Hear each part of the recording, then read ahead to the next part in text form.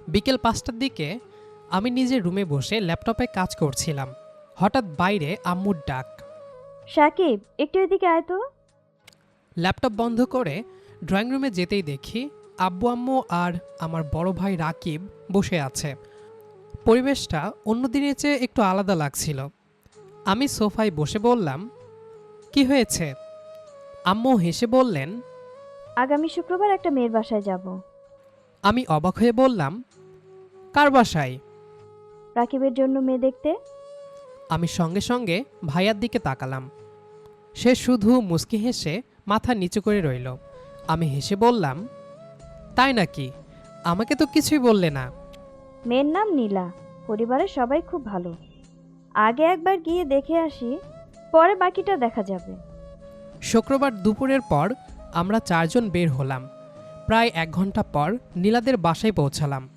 সাধারণ সুন্দর একটা দোতলা বাড়ি।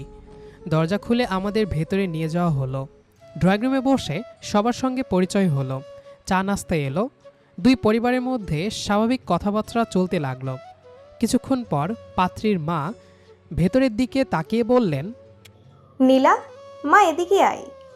আমি অজান্তেই দরজার দিকে তাকালাম। হালকা নীল রঙের সালোয়ার কামিজ পরে ধীর পায়ে একটা মেয়ে ভেতরে এলো। মাথায় ওড়না, মুখে কোনো বাড়তি সাজ নেই। এসে সবার দিকে সালাম দিল। ওই মুহূর্তেই বুঝলাম এটাই নীলা। নীলা এসে চুপচাপ একটা সোফায় বসে রইল, মাথা নিচু, খুব কম কথা বলছে। আম্মু ওকে দু একটা প্রশ্ন করলেন, ও ছোট ছোট করে উত্তর দিল। সব কিছুই খুব স্বাভাবিকভাবেই চলছিল। হঠাৎ নীলার মা হেসে বললেন, চাইলে ছেলে মেয়ে একটু আলাদা করে কথা বলতে পারি। ভাইয়া একটু অপ্রস্তুত হয়ে আমার দিকে তাকালো। আমি মনে মনে হাসলাম। আম্মু হেসে বললেন, যাও বাবা, দুজনে একটু কথা বলে আসো। পছন্দ অপছন্দ জেনে নেয়াই ভালো। নীলা একবার তার মায়ের দিকে তাকালো। তার মা আশ্বাস দিয়ে মাথা নেড়ে ইশারা করলেন। তারপর নীলা ধীরে ধীরে উঠে দাঁড়ালো। ভাইয়াও উঠে দাঁড়ালো। দুজন পাশাপাশি হেঁটে বারান্দার দিকে চলে গেল। আমি বসে বসেই তাদের যেতে দেখছিলাম। আম্মু তখন নীলার মায়ের সঙ্গে সংসারের নানা বিষয় নিয়ে কথা বলছিলেন। আব্বু আর নীলার বাবা চাকরি, ব্যবসা, আত্মীয়স্বজন নিয়ে গল্পে মেতে উঠলেন। পরিবেশটা একদম স্বাভাবিক। আমি চুপচাপ বসে টেবিলের ওপর রাখা এক গ্লাস শরবত হাতে নিলাম। একদিকে খেতে লাগলাম, আরেকদিকে ফোন টিপতে লাগলাম। এছাড়া আর কী বা করার আছে? প্রায় 15 মিনিট পর ভাইয়া আর নীলা ফিরে এলো। ভাইয়ার মুখে লাজুক হাসি। কে কী কথা বলেছে সেটা অবশ্য কেউ জানতে চাইল না। শুধু আম্মু হেসে জিজ্ঞেস করলেন, কথা হলো? ভাইয়া মাথা নেড়ে বলল, জি। নীলাও আস্তে করে মাথা নেড়ে নিজের জায়গায় বসে পড়ল। এরপর আরও কিছুক্ষণ দুই পরিবারের মধ্যে গল্প হলো। বিয়ের বিষয়ে কোনো চূড়ান্ত সিদ্ধান্ত সেদিন হয়নি, তবে সবার মুখ দেখেই বোঝা যাচ্ছিল কারো কোনো আপত্তি নেই। বিদায় নেওয়ার সময় নীলার মা দরজা পর্যন্ত এগিয়ে দিলেন। আমরা সবাই একে একে বের হয়ে গাড়িতে উঠলাম। গাড়ি ছাড়ার কিছুক্ষণ পরেই আমি ভাইয়ার দিকে তাকিয়ে দুষ্টুমি করে বললাম, কি ভাই, এতক্ষণ কি কথা বললে? সব কথা কি তোকে বলতে হবে? না বললেও চলবে, মুখ দেখে অনেক কিছু বোঝা যাচ্ছে। আমার কথা শুনে আব্বু আর আম্মু দুজনেই হেসে ফেললেন। ভাইয়া শুধু জানালার বাইরে তাকিয়ে রইল, মুখে কিছু বলল না, কিন্তু ঠোঁটের কোণে লুকিয়ে থাকা হাসিটা আর লুকাতে পারল না। সেদিন বাসায় ফেরার পুরো পথটাই হাসি ঠাট্টায় কেটে গেল। বাসায় ফিরেও কয়েকদিন ধরে শুধু নীলাকে নিয়ে আলোচনা চলল। আম্মু প্রায়ই বলতেন, মেয়েটা আমার খুব ভালো লেগেছে। শান্ত, ভদ্র আর কথাবার্তাও সুন্দর। আব্বুও সম্মতি দিয়ে বলতেন। পরিবারটাও বেশ ভালো মনে হলো। ভাইয়া কিছু বলতো না, তবে মুখের হাসিটাই বুঝিয়ে দিত সেও আপত্তি করছে না। এরপর দুই পরিবারের মধ্যে নিয়মিত যোগাযোগ শুরু হলো। একদিন রাতে খাওয়ার সময় আব্বু বললেন, ওদের সঙ্গে কথা হয়েছে, সবাই রাজি। আগামী শুক্রবার পাকা কথা হবে। আলহামদুলিল্লাহ। এবার বিয়ের তারিখটাও ঠিক করে ফেলতে হবে। আমি হেসে ভাইয়ার দিকে তাকিয়ে বললাম, অভিনন্দন ভাই, এখন তো আর আমাদের আর পাত্তা দিবে না। বেশি কথা বলিস না। সবাই হেসে উঠলাম। শুক্রবার আমরা আবার নীলাদের বাসায় গেলাম। সেদিন আগের চেয়ে পরিবেশটা আরও আনন্দের ছিল। আত্মীয় স্বজনও কয়েকজন এসেছিলেন। দুই পরিবার বসে আনুষ্ঠানিকভাবে বিয়ের ব্যাপারে কথা বলল। শেষ পর্যন্ত আগামী মাসের 18 তারিখ বিয়ের দিন ঠিক করা হলো। মিষ্টিমুখ করানো হলো। সবাই একে অপরকে শুভেচ্ছা জানালো। সেদিনও নীলার সঙ্গে আমার কোনো কথা হয়নি। ও দূরে মেয়েদের সঙ্গে বসেছিল, আমি ছেলেদের সঙ্গে গল্প করছিলাম। একবার শুধু চোখাচোখি হয়েছিল, আমি ভদ্রতার হাসি দিয়েছিলাম, ও হালকা করে হাসল। ব্যাস, এর বেশি কিছু না। দিনগুলো খুব দ্রুত কেটে যাচ্ছিল। বাসায় এখন শুধু বিয়ের প্রস্তুতি, কে কি পরবে, কাকে দাওয়াত দেওয়া হবে, কি কি কেনাকাটা বাকি, এসব নিয়েই সবার ব্যস্ততা। আমিও ভাইয়ের সঙ্গে বাজারে যাচ্ছি, কার্ড আনছি, আত্মীয়দের ফোন করছি। সব কিছু একদম স্বাভাবিকভাবেই এগোচ্ছিল। এদিকে নীলার বাসাতেও একইভাবে প্রস্তুতি চলছিল। দুই পরিবারের মাঝে মাঝে মধ্যে ফোনে কথা হতো, তবে আমার সঙ্গে নীলার কোনো যোগাযোগ হয়নি। আমি চেষ্টাও করিনি, কারণ সে আমার ভাইয়ের হবু স্ত্রী। এই সীমারেখাটা আমি কখনো অতিক্রম করতে চাইনি। দেখতে দেখতেই বিয়ের আর মাত্র একদিন বাকি। আমাদের বাসায় তখন উৎসবের পরিবেশ, আত্মীয়স্বজন আসতে শুরু করেছে। রাতের খাবার শেষ করে সবাই আগামীকালে প্রস্তুতি নিয়ে ব্যস্ত। ঠিক তখনই আব্বুর ফোন বেজে উঠল। স্ক্রিনে ভেসে উঠল নীলার বাবা। আব্বু স্বাভাবিকভাবেই ফোন রিসিভ করলেন, কিন্তু মিনিট খানিকের মধ্যেই আব্বুর মুখের হাসিটা মিলিয়ে গেল। তিনি ধীরে ধীরে সোফায় বসে পড়লেন। আম্মু উদ্বিগ্ন হয়ে বললেন, কি হয়েছে? আব্বু কয়েক সেকেন্ড চুপ থেকে বললেন, ওরা আজ রাতে আমাদের বাসায় আসতে চায়। আব্বু অবাক হয়ে বললেন, এই সময় কেন? বলল খুব জরুরি একটা কথা আছে। ঘরের সবাই একে অপরের দিকে তাকিয়ে রইলাম। আমার বুকের ভেতরও কেমন যেন অজানা একটা অস্বস্তি কাজ করতে লাগলো। কেউ কিছু বুঝতে পারছিল না, শুধু মনে হচ্ছিল হঠাৎ করে যেন সব কিছু বদলে যেতে চলেছে। প্রায় 40 মিনিট পর আমাদের বাসার কলিং বেল বেজে উঠল। আমি গিয়ে দরজা খুলতেই দেখি নীলার বাবা আর মা দাঁড়িয়ে আছেন। দুজনের মুখেই অদ্ভুত এক গম্ভীরতা। কাল যাদের মেয়ের বিয়ে, তাদের মুখে এমন আনন্দহীন ভাব দেখে আমার বুকটা ধক করে উঠল। আমি সরে দাঁড়িয়ে বললাম, আসুন, ভেতরে আসুন। তারা কোনো কথা না বলে ধীরে ধীরে ড্রয়িং রুমে এসে বসলেন। আম্মু দ্রুত পানি এনে দিলেন। কেউ গ্লাসে হাত দিল না। পুরো ঘরে এক অদ্ভুত নীরবতা। আব্বু গলা পরিষ্কার করে বললেন, ভাই সাহেব ফোনে বললেন জরুরি একটা কথা আছে। কি হয়েছে? নীলার বাবা কিছুক্ষণ মাথা নিচু করে বসে রইলেন। মনে হচ্ছিল কথাটা কিভাবে শুরু করবেন সেটাই বুঝে উঠতে পারছেন না। অবশেষে দীর্ঘ একটা নিঃশ্বাস ফেলে বললেন, আমি আসলে আপনাদের কাছে ক্ষমা চাইতে এসেছি। আমরা সবাই অবাক হয়ে গেলাম। আব্বু ভ্রুকুচকে বললেন, ক্ষমা কেন? পাশে বসা নীলার মা তখন থেকেই চোখ মুছছিলেন। তিনি কাপা গলায় বললেন, আজ সন্ধ্যায় নীলা আমাদের এমন একটা কথা বলেছে যেটা শোনার জন্য আমরা কেউ প্রস্তুত ছিলাম না। আম্মু উৎকণ্ঠিত হয়ে বললেন। কি কথা? নীলার বাবা ধীরে ধীরে বললেন, নীলা এই বিয়েটা করতে পারবে না বলেছে। কথাটা শুনে মনে হলো পুরো ঘরটা যেন হঠাৎ থেমে গেল। আমি নিজের অজান্তেই রাকিব ভাইয়ের দিকে তাকালাম। সে নিশ্চুপ, তার মুখে কোনো অভিব্যক্তি নেই, শুধু স্থির হয়ে বসে আছে। আম্মু হতবাক হয়ে বললেন, মানে এতদিন তো কোনো সমস্যা ছিল না। নীলার বাবা মাথা নিচু করেই বললেন, আমরাও তাই জানতাম, কিন্তু আজও প্রথমবারের মতো নিজের মনের কথা বলেছে।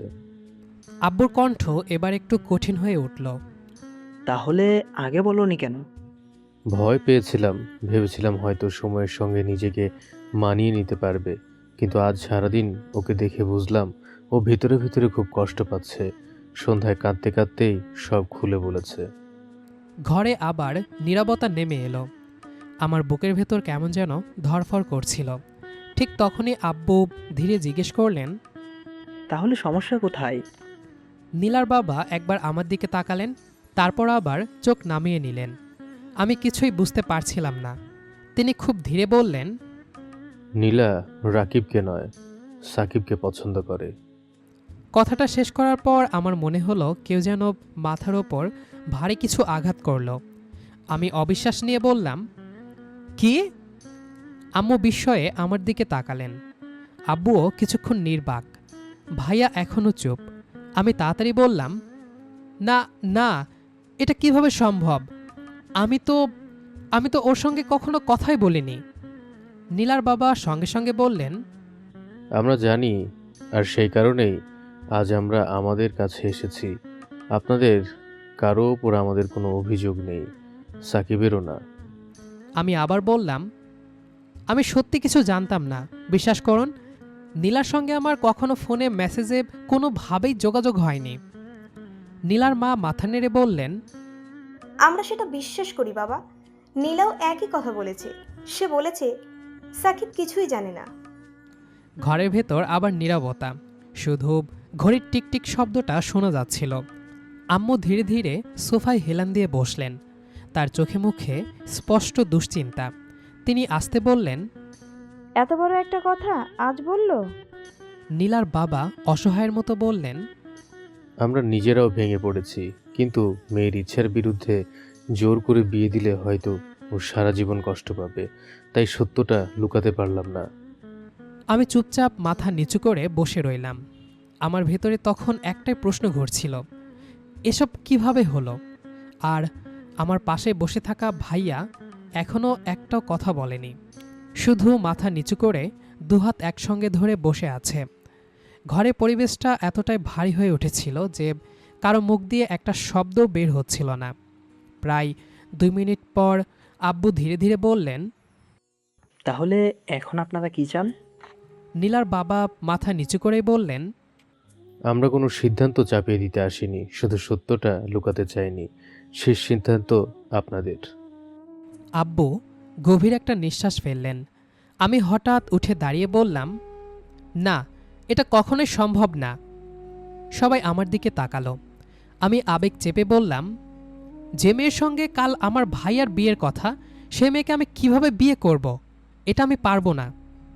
নীলার বাবা তাড়াতাড়ি বললেন, বাবা, আমরা বুঝতে পারছি। আমি কথা শেষ করতে দিলাম না। না আঙ্কেল, আমি সত্যিই কিছু জানতাম না, আর জানলেও আমি কখনো এমন কিছু হতে দিতাম না। ভাইয়ার জায়গা আমি কোনোদিন নিতে পারবো না। আমার গলা কেঁপে উঠছিল। আম্মু উঠে এসে আমার কাঁধে হাত রাখলেন। সাকিব, শান্ত হও। না আম্মু, এই বিয়ে হবে না। দরকার হলে কারোর সঙ্গেই হবে না, কিন্তু আমি ভাইয়ার জায়গায় দাঁড়াবো না। আবার নীরবতা। সবাই এবার ভাইয়ার দিকে তাকালো। সে এখনও চুপ। মনে হচ্ছিল নিজের ভেতরেই অনেক বড় একটা যুদ্ধ করছে। কয়েক মুহূর্ত পরে সে ধীরে ধীরে মাথা তুলল। তারপর শান্ত গলায় বলল, সাকিব, আমি তার দিকে তাকালাম। বস। আমি ধীরে ধীরে আবার বসে পড়লাম। ভাইয়া কিছুক্ষণ আমার দিকে তাকিয়ে রইল। তারপর খুব শান্ত স্বরে বলল, একটা প্রশ্নের উত্তর দিবি? বলো। যদি আজকে এই জায়গায় তুই থাকতি, আর যে মেয়েকে বিয়ে করতে যাচ্ছিস সে যদি স্পষ্ট করে বলতো যে তোকে সে ভালোবাসে না, তখন কি তুই জোর করে তাকে বিয়ে করতি? আমি কোনো উত্তর দিতে পারলাম না। ভাইয়া আবার বলল, বল। আমি আস্তে করে মাথা নাড়লাম, না। ভাইয়া হালকা হাসি দিল। আমিও পারবো না। ঘরের সবাই চুপচাপ শুনছিল। ভাইয়া এবার আব্বুর দিকে তাকিয়ে বলল, আব্বু, আমি রাগ করে বলছি না। তারপর আমার দিকে তাকিয়ে বলল, আর তুইও এটা মনে করিস না যে তোর জন্য কিছু হচ্ছে। যেখানে ভালোবাসা থাকবে না সেখানে বিয়ের কোনো মানেই হয় না।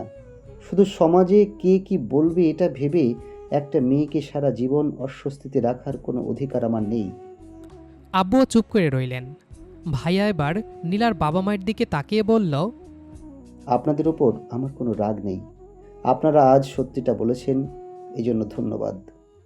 তারপর আমার দিকে তাকিয়ে বলল, আর সাকিব, আমি চুপ করে রইলাম। তুই যদি শুধু আমার কথা ভেবে এই বিয়ে না করিস, তাহলে সারা জীবন আমি নিজেকে অপরাধী মনে করব।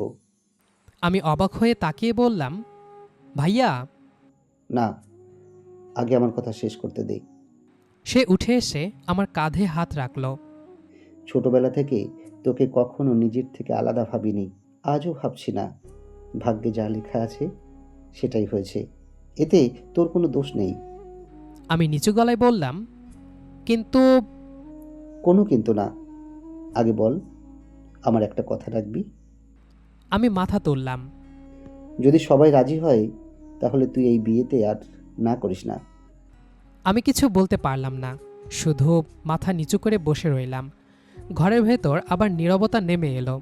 সেদিন রাতেই কোনো সিদ্ধান্ত নেওয়া হলো না। আব্বু বললেন, এত বড় সিদ্ধান্ত 1 ঘন্টায় দেওয়া যায় না। সবাই একটু সময় নিই, কাল আবারও বসবো। সবাই তাতে রাজি হলো। বিয়েটাও 1 সপ্তাহ পিছিয়ে দেওয়ার সিদ্ধান্ত নেওয়া হলো। নীলার বাবা মা বিদায় নেওয়ার আগে শুধু একটা কথাই বললেন, আপনারা যে সিদ্ধান্তই নিন, আমাদের কোনো অভিযোগ থাকবে না। তারা চলে যাওয়ার পরও সারা রাত আমাদের বাসায় কারো চোখে ঘুম নামেনি। পুরো বাসাটাই যেন নিস্তব্ধ হয়ে গিয়েছিল। যে বাসায় আগের দিন পর্যন্ত হাসি আনন্দে সবাই ব্যস্ত ছিল, সেই বাসায় এখন শুধু দীর্ঘশ্বাস আর নীরবতা। বিয়ের জন্য সাজানো ফুলগুলো যেন কেমন মলিন লাগছিল। রাতের খাবার কেউ ঠিকমতো খেলো না। আমি নিজের রুমে এসে দরজা বন্ধ করে বিছানায় বসে রইলাম।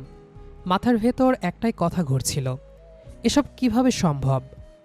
বারবার ভাবছিলাম, নীলার সঙ্গে তো আমার কোনো কথাই হয়নি, তাহলে সে আমাকে কিভাবে পছন্দ করলো? আবার মনে হচ্ছিল, ভাইয়ার দিকে আমি কিভাবে তাকাবো? নিজের কাছেই নিজেকে অপরাধী লাগছিল। পরদিন সকাল, নাস্তার টেবিলে কেউ কোনো কথা বলছিলাম না। আব্বু শুধু বললেন, আজ বিকেলে আবার সবাই বসবো, তারপর সিদ্ধান্ত নেওয়া হবে। আমি চুপচাপ মাথা নিচু করে রইলাম। বিকেলে আবার নীলার বাবা মা আমাদের বাসায় এলেন। আজ তাদের মুখে আগের দিনের চেয়ে একটু স্বস্তি থাকলেও চোখে মুখে ক্লান্তির ছাপ স্পষ্ট। কিছুক্ষণ নীরবতার পর আব্বু আমার দিকে তাকিয়ে বললেন, সাকিব, কাল থেকে তুই কিছুই বলছিস না। এখন তোর সিদ্ধান্ত কি বল? আমি কয়েক সেকেন্ড মাথা নিচু করে বসে রইলাম। তারপর ধীরে বললাম, আমি এখনও মনে করি এটা ঠিক না। ভাইয়া আমার দিকে তাকালো।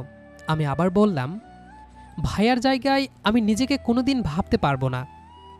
ভাইয়া ধীরে ধীরে উঠে এসে আমার পাশে বসলো। তারপর আমার কাঁধে হাত রেখে বলল, একটা কথা জিজ্ঞাসা করি? আমি মাথা তুললাম। তুই কি আমাকে বিশ্বাস করিস? পৃথিবীর সবচেয়ে বেশি। সে হালকা হাসল। তাহলে আমার একটা কথা বিশ্বাস কর, আমি চাই তুই এই বিয়েটা কর, অনেক ভালো থাকবি। আমি সঙ্গে সঙ্গে মাথা নেড়ে বললাম, না, পারবো না। কেন? কারণ সারা জীবন মনে হবে আমি তোমার প্রাপ্যটা নিয়ে নিয়েছি। ভাইয়া এবার একটু হেসে ফেলল। প্রাপ্য কেউ কারো কাছ থেকে কেড়ে নিতে পারে না। যেটা আল্লাহ লিখে রেখেছেন সেটাই হয়। আর আমি এমন একজন মানুষকে বিয়ে করতে চাই না যার মনে আমার জন্য কোনো জায়গা নেই। ভাইয়ার কথাগুলো খুব শান্ত ছিল, কিন্তু সেই শান্ত কথাগুলোই যেন আমাকে সবচেয়ে বেশি নাড়িয়ে দিল। আমি আর কোনো উত্তর দিতে পারলাম না। এরপর প্রায় 3 দিন কেটে গেল। এই 3 দিনে আমি অনেক ভেবেছি। ভাইয়া প্রতিদিনই আমার সঙ্গে একটু একটু করে কথা বলেছে। একবারও রাগ করেনি, বরং প্রতিবারই বলেছে, নিজের জন্য না, অন্তত একটা মেয়ের ভবিষ্যতের কথা ভেবেই সিদ্ধান্ত নেই। 3য় দিনের রাতে আমি নিজেই ভাইয়ার রুমে গেলাম। সে বই পড়ছিল। আমাকে দেখে বইটা বন্ধ করে বলল, আয়। আমি ধীরে ধীরে তার পাশে বসে বললাম, আমি রাজি। আমার কথা শেষ হতেই ভাইয়া কোনো কথা না বলে আমাকে জড়িয়ে ধরল। অনেকক্ষণ পর শুধু বলল, এটাই তো চেয়েছিলাম। পরদিন আবার 2 পরিবার একসঙ্গে বসল। নীলার বাবা মা আজ আগের তুলনায় অনেকটাই স্বস্তিতে ছিলেন। সবাই যখন নতুন করে বিয়ের তারিখ নিয়ে আলোচনা করছিল, তখন হঠাৎ নীলার বাবা বললেন, যদি কিছু মনে না করেন একটা কথা বলি। আব্বু বললেন, অবশ্যই বলুন। তিনি কিছুক্ষণ চুপ থেকে বললেন, আমার ছোট ভাই আর ভাবি কয়েক বছর আগে সড়ক দুর্ঘটনায় মারা গেছেন। ঘরের সবাই চুপ হয়ে গেল। তিনি আবার বললেন, তাদের একমাত্র মেয়ে রিয়া তখন থেকে আমাদের কাছে মানুষ, নিজের মেয়ের মতোই বড় করেছি। নীলা আর রিয়া দুজনকে আমরা কখনো আলাদা করে দেখিনি।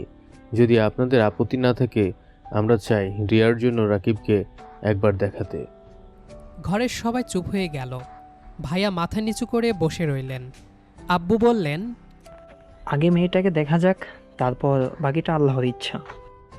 2 দিন পর আমরা আবার নীলাদের বাসায় গেলাম। আজকের পরিবেশ আগের মতো অস্বস্তিকর ছিল না, বরং সবার মধ্যেই নতুন করে একটা স্বাভাবিকতা ফিরে এসেছে। কিছুক্ষণ পর রিয়াকে নিয়ে আসা হলো। আমি দরজার দিকে তাকালাম। একটা মেয়ে ধীরে ধীরে ভেতরে এলো। তার মুখে মিষ্টি একটা হাসি। এসে সবার সঙ্গে সালাম করলো। নীলার বাবা পরিচয় করিয়ে দিলেন। এ হচ্ছে রিয়া। ভাইয়া একবার তাকিয়ে আবার চোখ নামিয়ে নিল। কিছুক্ষণ স্বাভাবিক কথাবার্তার পর নীলার মা বললেন, চাইলে রাকিব আর রিয়া একটু কথা বলে নিতে পারে। সবাই রাজি হলো। রাকিব আর রিয়া বারান্দার দিকে চলে গেল। আমি ড্রয়িং রুমে বসে রইলাম। দূরে করিডোরের অন্য পাশে এক মুহূর্তের জন্য নীলাকে দেখলাম।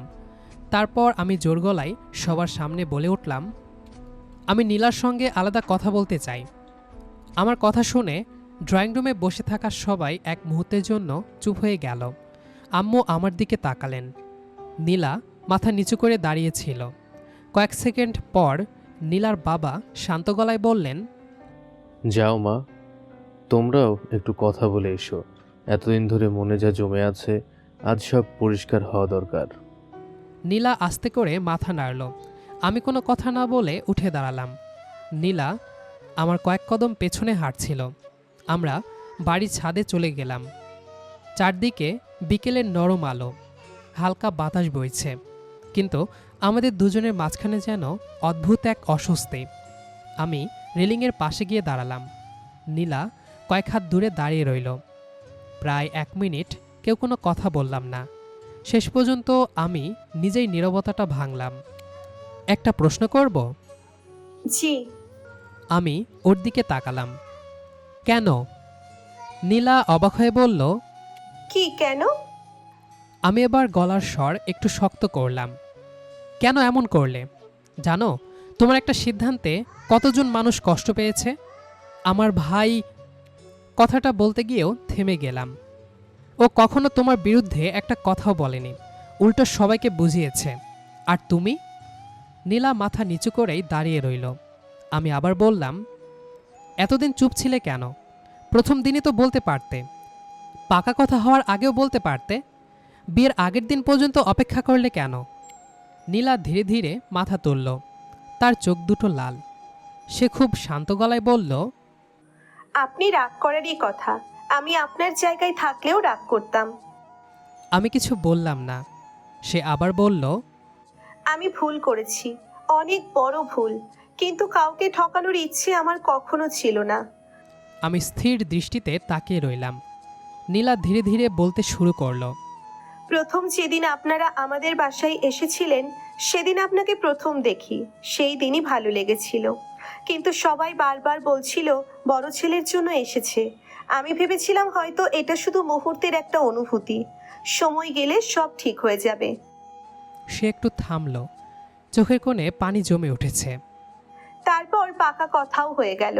প্রতিদিন নিজেকে বুঝিয়েছি, বলেছি ভুলে যাও, কিন্তু যতই ভুলতে চেয়েছি ততই বুঝেছি আমি নিজেকেই মিথ্যা বলছি। আমার রাগ তখনও পুরোপুরি কমেনি। আমি বললাম, তাহলে আগে বলনি কেন? ভয় পেয়েছিলাম, সবাইকে ভেঙে দিতে চাইনি। ভেবেছিলাম হয়তো পারবো, কিন্তু বিয়ের আগের দিন মনে হলো একটা মিথ্যার উপর সারা জীবন দাঁড়িয়ে থাকা সম্ভব না। আমি দীর্ঘশ্বাস ফেললাম। তুমি জানো, এই কয়েকদিন আমি নিজের কাছেই অপরাধী হয়েছিলাম। নীলা সঙ্গে সঙ্গে বলল, জানি, তাই আজ আপনার কাছে প্রথমেই ক্ষমা চাইতে চেয়েছিলাম। সে 2 হাত একসঙ্গে করে বলল, প্লিজ আমাকে ক্ষমা করে দিন। আপনার ভাইয়ার কাছেও আমি সারা জীবন অপরাধী হয়ে থাকবো। আমি তাড়াতাড়ি বললাম, না, ভাইয়ার বিরুদ্ধে একটা কথাও বলবে না। এই পুরো ঘটনায় সবচেয়ে বড় মনের মানুষ যদি কেউ হয়ে থাকে, তাহলে সে আমার ভাই। নীলা মৃদু হাসল। হ্যাঁ, এমন মানুষ খুব কমই হয়। আমি কিছুক্ষণ আকাশের দিকে তাকিয়ে রইলাম। মনে হচ্ছিল বুকের ভেতরের ভারটা ধীরে ধীরে হালকা হচ্ছে। আমি নিচু গলায় বললাম, একটা কথা বলো। জি। যদি আমি না বলি, রাজি নই, তাহলে কি করবে? নীলা এক মুহূর্ত দেরি করল না। তাহলে কিছুই হবে না। আমি কাউকেই ঠুকিয়ে বিয়ে করতে চাই না। আমি ওর চোখের দিকে তাকিয়ে রইলাম। সেখানে কোনো দ্বিধা ছিল না, শুধু সত্যিটাই ছিল। আমি হালকা করে হাসলাম। আরেকটা কথা। নীলা তাকালো। নতুন করে শুরু করতে পারবে? নীলার ঠোঁটে ধীরে ধীরে একটা সুন্দর হাসি ফুটে উঠল। সে আস্তে করে বলল, যদি আপনি অতীত নিয়ে আর কখনো আমাকে দোষ না দেন, চেষ্টা করব না দেওয়ার। তাহলে আমিও চেষ্টা করব আপনাকে কোনোদিন কষ্ট না দিতে। আমি হালকা করে মাথা নেড়ে বললাম, ঠিক আছে। আমাদের কথোপকথন শেষ হতে না হতেই নিচ থেকে আম্মুর ডাক ভেসে এলো। সাকিব, নীলা, নিচে আসো বাবা। আমরা দুজন একসঙ্গে নিচে নেমে এলাম। এদিকে রাকিব ভাইয়াও রিয়ার সঙ্গে কথা বলে ফিরে এসেছে। তার মুখে আগের সেই চাপা বিষণ্ণতা নেই, বরং অনেকদিন পর একটা স্বস্তির হাসি দেখা যাচ্ছে। আব্বু সবার দিকে তাকিয়ে বললেন, তাহলে তোমাদের সবার মতামত কি? আমি একবার ভাইয়ার দিকে তাকালাম। ভাইয়া মুচকি হেসে মাথা নেড়ে ইশারা করল।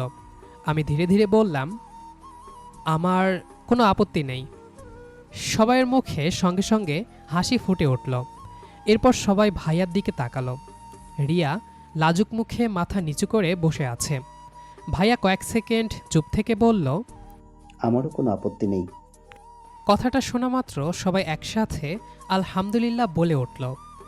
আম্মুও স্বস্তির নিঃশ্বাস ফেলে বললেন, আল্লাহ যা করে ভালোর জন্যই করে। অনেক আলোচনা শেষে সিদ্ধান্ত হলো 1 সপ্তাহ পর একই দিনে 2 ভাইয়ের বিয়ে হবে। বাড়িটা আবার হাসি আনন্দে ভরে উঠল। যে ঘরে কয়েকদিন আগেও দুশ্চিন্তার ছায়া ছিল, সেই ঘরেই আবার বিয়ের গান, আত্মীয়দের হাসি আর নতুন স্বপ্নের গল্প শুরু হলো। রাত প্রায় 10:30।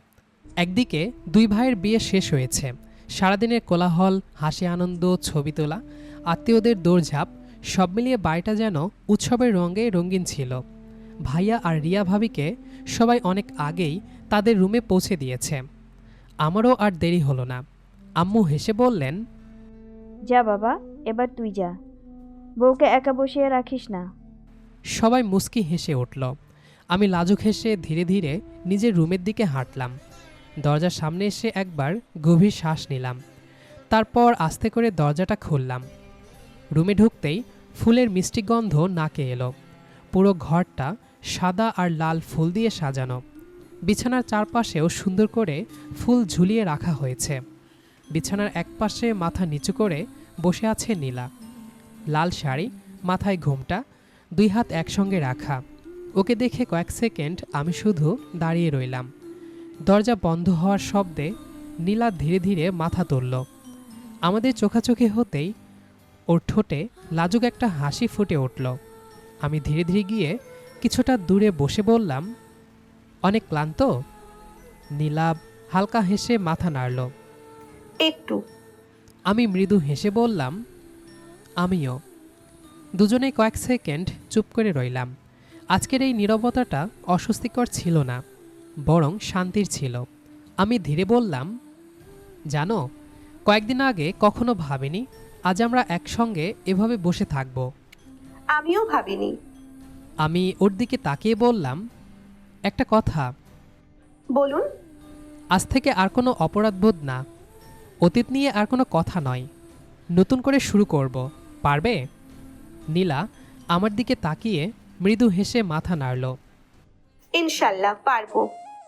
কিছুক্ষণ পর ও ধীরে ধীরে বলল, আর একটা কথা, হুম?